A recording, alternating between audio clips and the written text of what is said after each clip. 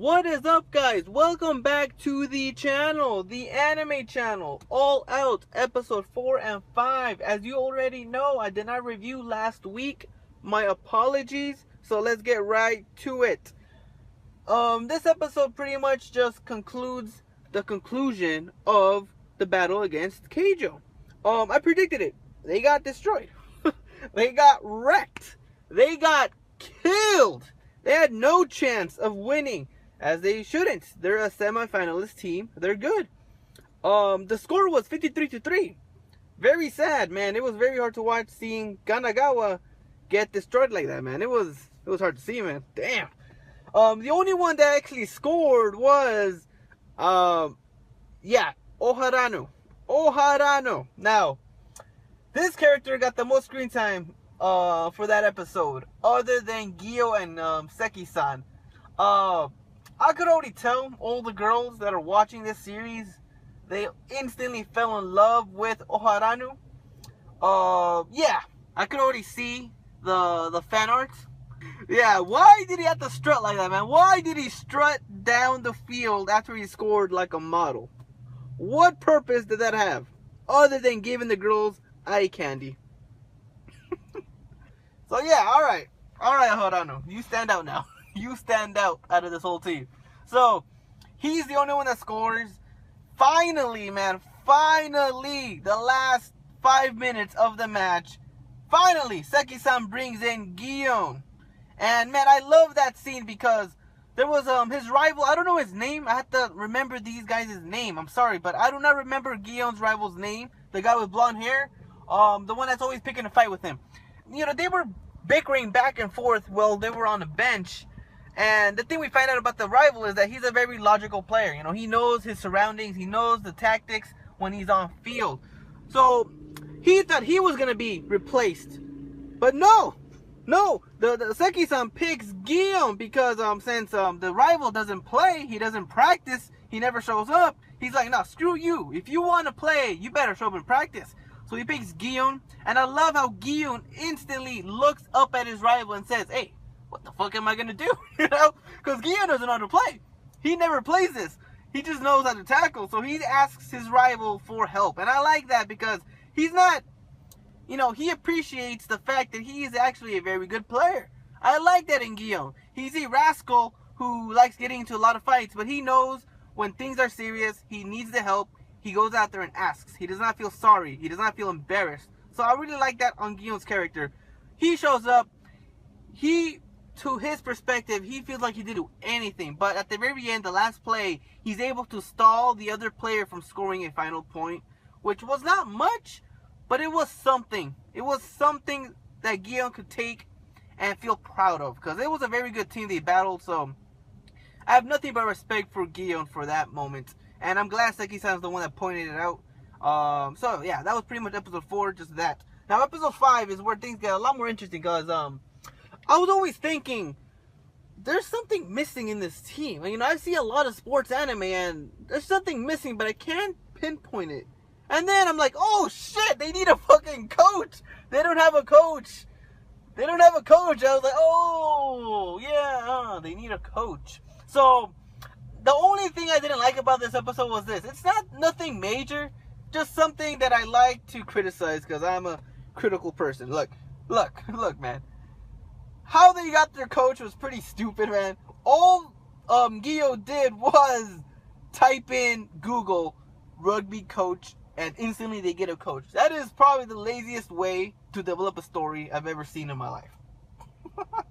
He Googled rugby coach and they got their coach. That's how they get their coach, man. Yeah.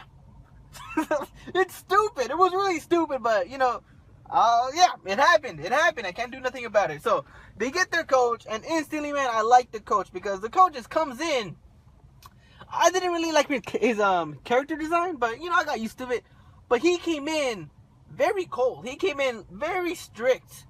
And I thought Seki-san was strict, because when he is training his players, it's not training. It's more like a military-style structure he has set out for everybody. And I like that the coach instantly points it out. Hey, are you stupid? Look around you, man. Look at the players around you. You're the only one with any energy left. Do you even care about your teammates? Do you even care what they're going through? He's literally destroying Seki-san's way of training. And this is what I love about Seki-san. Normally, when a other character, in this case it's a coach, but normally when another character criticizes a person's point of view, his way of training, etc., they start fighting back. They go, no, no, no, no. My way is good. Get out of here. We don't need your help. But Seki-san instantly goes, wow, wait, he's right. He's right. He submits to the coach. Not because he's a pussy.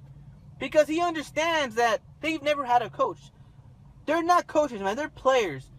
And they need this kind of a teacher to help them succeed. Because throughout this whole episode, the main thing is rugby is seen as a sport of strength. As manly men with huge manly muscles, with manly personas, with manly matches. It's all focused on strength. But that's what they lost. Because when they face another team that's even bigger than them, that's even stronger than them, that's even more intimidating than them, they fail. So this coach comes in and just says, hey, if you guys really want to get to the elite level, you guys got to stop this sort of training. You're killing each other. It's not gonna do anyone good if you guys are injured, depleted of energy. So I'll set everything up as long as you guys listen to me. Now, obviously, other characters, the vice captain's one of them, and there's other secondary characters that really wasn't mentioned at all throughout the whole series so far. So it was pretty much their debut in this episode. So I didn't really know their names. But, there was some conflict. They didn't want this guy. They didn't like how he was portraying himself. But Seki-san stuck to his gut. We weren't even thinking about these other aspects. Because strength and power are two aspects of many in a game of rugby. There's so many other factors to include, and this coach was doing so. So the episode pretty much focused on training, on how they could develop themselves and mature. That was all the episode was. It was a typical cliche training episode, but it was done differently. Komori's character, his attitude was different from any other coach I could remember. He's tough. Right now it looks like he doesn't care about the people. He just cares more about rugby, because he's also a coach. He was mentioned before that he was actually a professional rugby player, so he has merit, he has statistics on his side, so he's able to actually say these things and have meaning to it. So Seki-san was the only one that was actually trusting in him. There was even a time when they were all together right after practice. They were all tired, they were all like talking shit about Komori, and he's like, you know what, we don't need this guy as a coach. But Seki-san's like, nah, let's keep going. Let's keep giving him a chance. Let's see how things play out.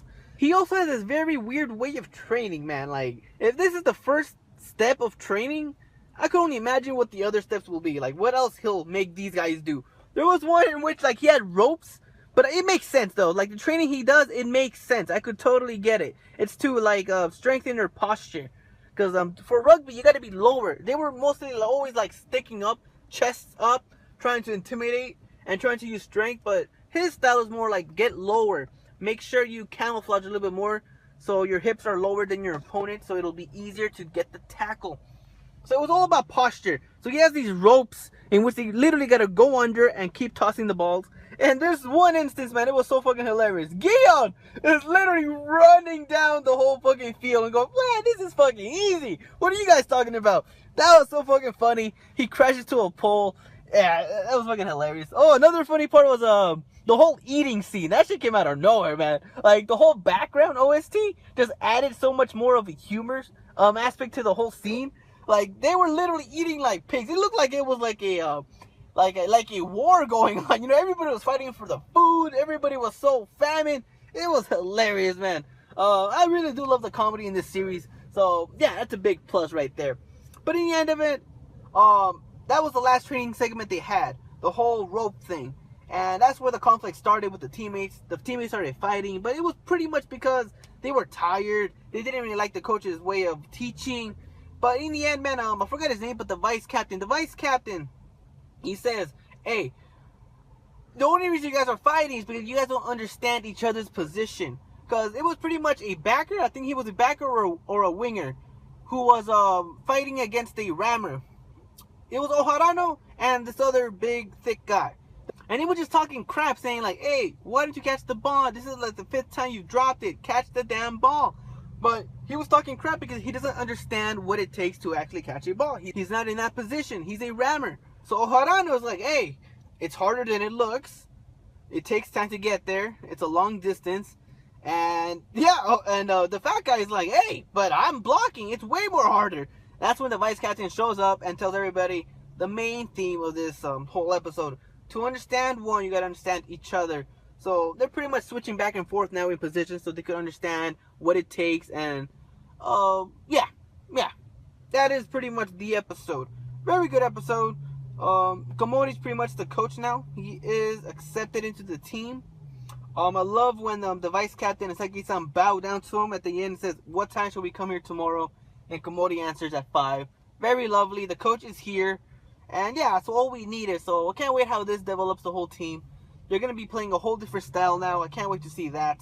Sumiyaki, he's having flashbacks about the trauma thing, but I thought he got over it. That's the whole point of the last match, nah? But he's still going through it, so yeah. That's it, man. What do you guys think of this episode? Leave me your thoughts down below, because I got to go. Sayonara.